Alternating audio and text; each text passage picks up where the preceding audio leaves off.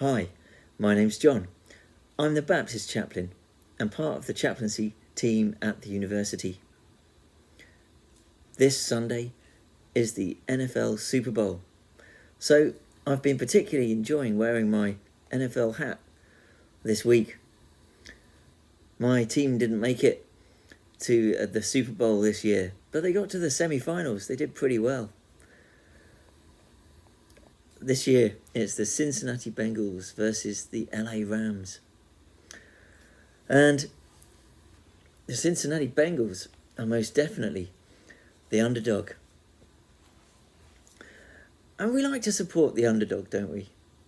We have an interest in the underdog. If we're watching as a neutral at a game, we like to feel that somehow we also maybe could achieve against the odds.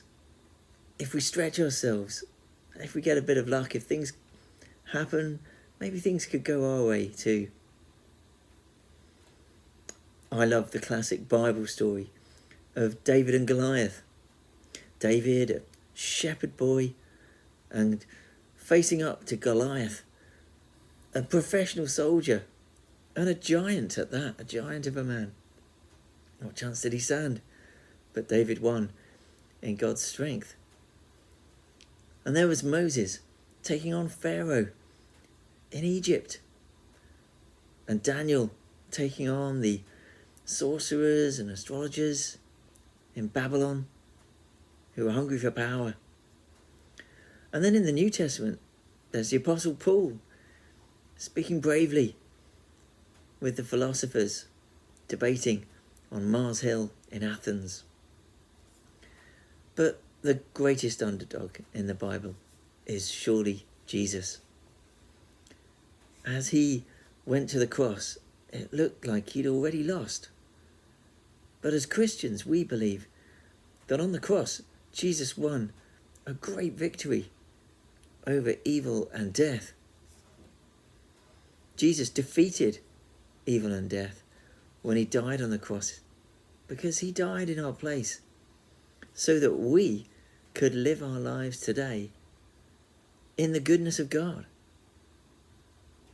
and so that we could overcome death in our resurrection in Jesus Christ.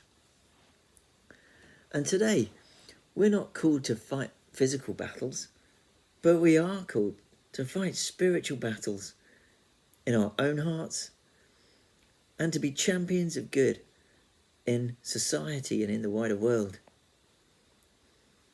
And yes, sometimes we're going to feel like the underdog, like David against Goliath, like the Cincinnati Bengals against the LA Rams. But we have the power of God within us.